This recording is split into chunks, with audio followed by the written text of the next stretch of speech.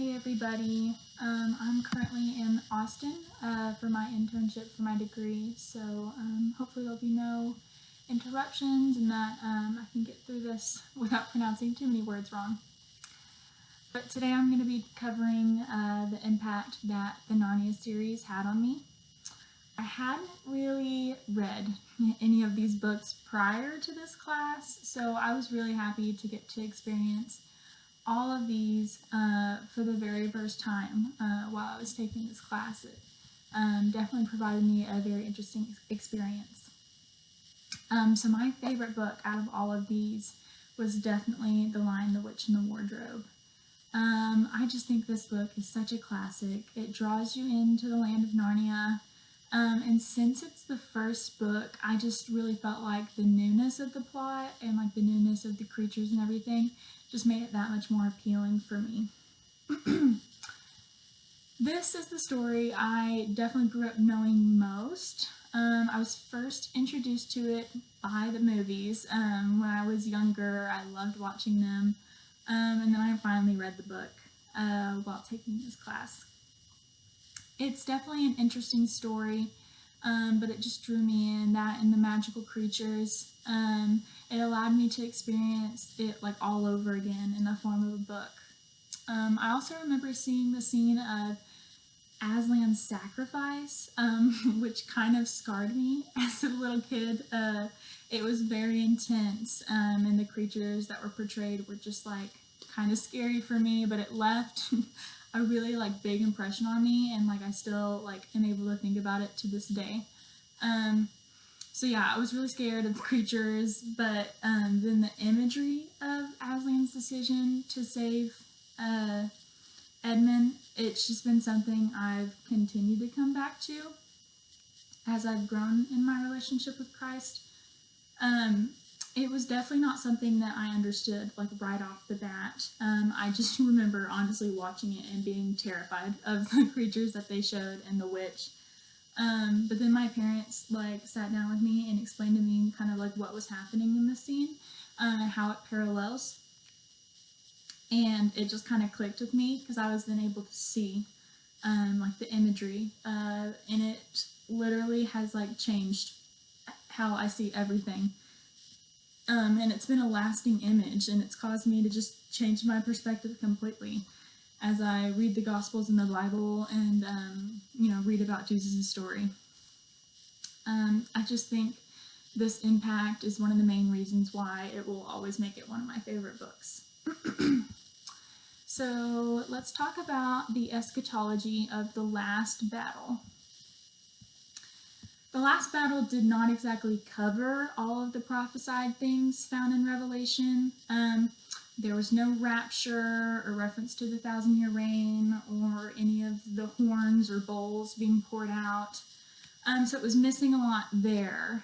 And so it makes it kind of hard to pin Lewis down on like what his exact beliefs were in an eschatological sense. And I think this also limits the understanding of the prophesied events, like the specific events that Revelation says will happen. However, one of the parts that I do think was clarified was the Antichrist, or the false prophets that we're warned about in Revelation and in the end times.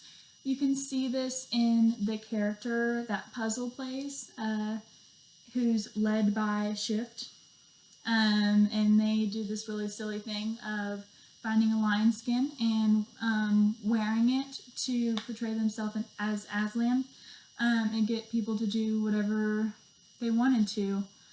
And so this is like a really good example and parallel of like what the Antichrist could look like.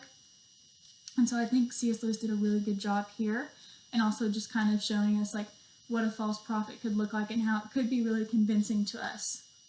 Also, the Calormene people, not quite sure how to pronounce that, but and their god, Tosh, resembled the evil that is prophesied in Revelation that would surround the faithful in the end times. It talks about like the tribulation that the believers will go through and how it will be like a very hard time. And then you can see this play out with like the wars and tribulations that were stirred up by the Calormene people. And then you also see it with the ones that were faithful to Narnia. They had to endure some things before Aslan came back and the end of the world happened. We see this when Tyrion is held captive and some of the faithful Narnians are killed because of their allegiance. And we see this prophesied in the Bible. We see, the loss of the faithful and them having to endure those tribulations. Another part that is clarified, or at least it had some imagery put to it, was when the sun was darkened and the stars fell from the sky. So that's in Revelation. I don't remember where exactly in the timeline, but the stars fall from the sky and the sun is put out. And in the last battle, C.S. Lewis had Father Time, which is like this massive giant, blow his horn into the sky, and that's when the stars fell. And then he stood up and put out, I think the sun and the moon merged, and then he put those out with his hand.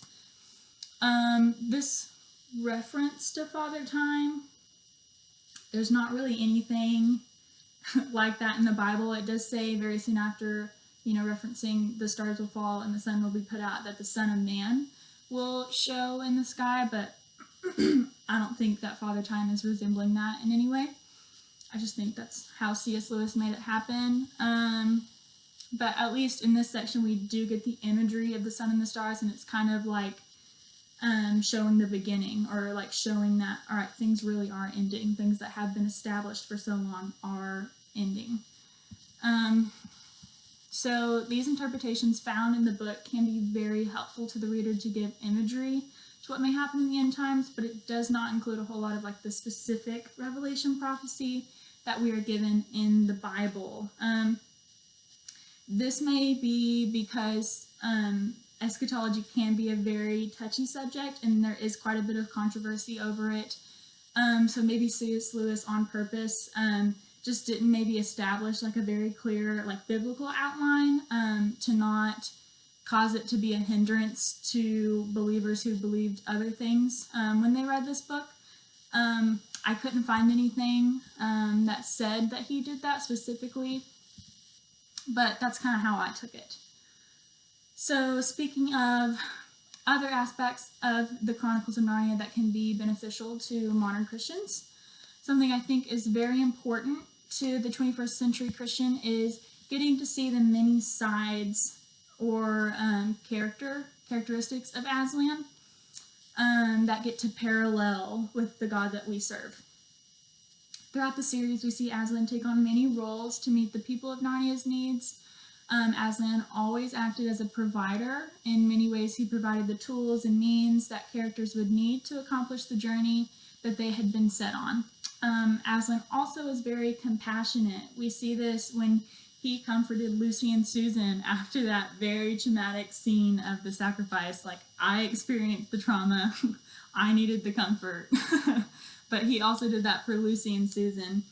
And even with Edmund's treason, we see that compassion and forgiveness in Aslan when he not only sacrifices himself, but also like takes time to speak with Edmund and has a discussion with him and comforts and accepts him.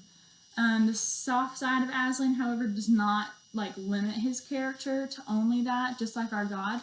Aslan is very powerful. We see this in his power that he has over the witch. Like, even before he had defeated her in battle, it was still very evident that he had power over her. I think of the time in the book where the witch met with Aslan to discuss how they were going to handle Edmund, and Aslan said that, he would be sacrificed, and the witch then asks, well, how will I know that you'll keep your end of the deal? And then Aslan just lets out this massive roar, and she's terrified. She feared him and knew what he was capable of. And so this broad span of his character is a reflection of what our Lord is capable of. He's not only someone who loves us and protects us and provides for us, but he's also someone to be feared and in awe of.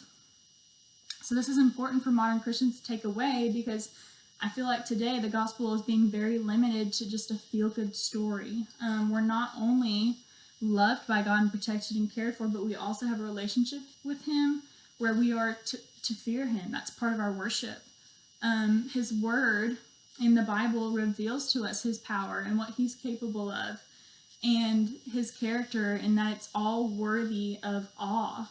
I think this relationship is evident in Aslan's character, and then it's just like a beautiful parallel between Aslan and God. In the modern church, it seems as though the gospel of like sacrifice of ourselves and serving a powerful God is getting really watered down. And if this understanding could be taken from the personality of Aslan and then translated into the modern church, I think it'd just be very beneficial, and it could really change the direction of the church as a whole. All in all, the Narnia series is an excellent group of books that introduce some of the basic ideas of Christianity. The way that it puts imagery to the concepts is really helpful to the beginner Christian. C.S. Lewis's creation of the world in Narnia has allowed for many believers to see the gospel in a new way. I hope these thoughts were helpful and clear. The Narnia books will always be something that I hold near to my heart because of the different perspective that it's provided in my relationship with Christ. Thanks.